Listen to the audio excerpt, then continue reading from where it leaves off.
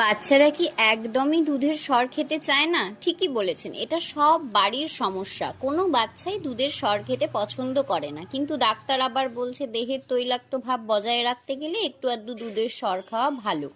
এই রকম পরিস্থিতিতে কিভাবে দুধের সর খাওয়াবেন বলুন তো? দেখুন, বিস্কুট খেতে কিন্তু সব বাচ্চারাই ভালোবাসে, তাই বিস্কুটের মাঝে সরটার সঙ্গে একটু সামান্য চিনি মিশিয়ে যদি দুটো বিস্কুটের মাঝে ক্রিমের মতো দিয়ে দিতে পারেন, তাহলে কিন্তু বাচ্চারা অনায়াসে ক্রিম বিস্কুট ভেবে খেয়ে নেবে। তো আপনারাও কিন্তু বাড়িতে এই ট্রিকটা ফলো করে একবার খাইয়ে দেখুন বাচ্চারা কি বলে বা কি ফিডব্যাক পান। তো আজকের এই স্পেশাল ভিডিওটা না হয় রইল একটু বাচ্চাদেরকে ডেডিকেট করেই।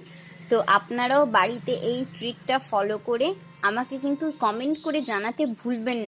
বাচ্চারা কি একদমই দুধের সর খেতে চায় না? ঠিকই বলেছেন, এটা সব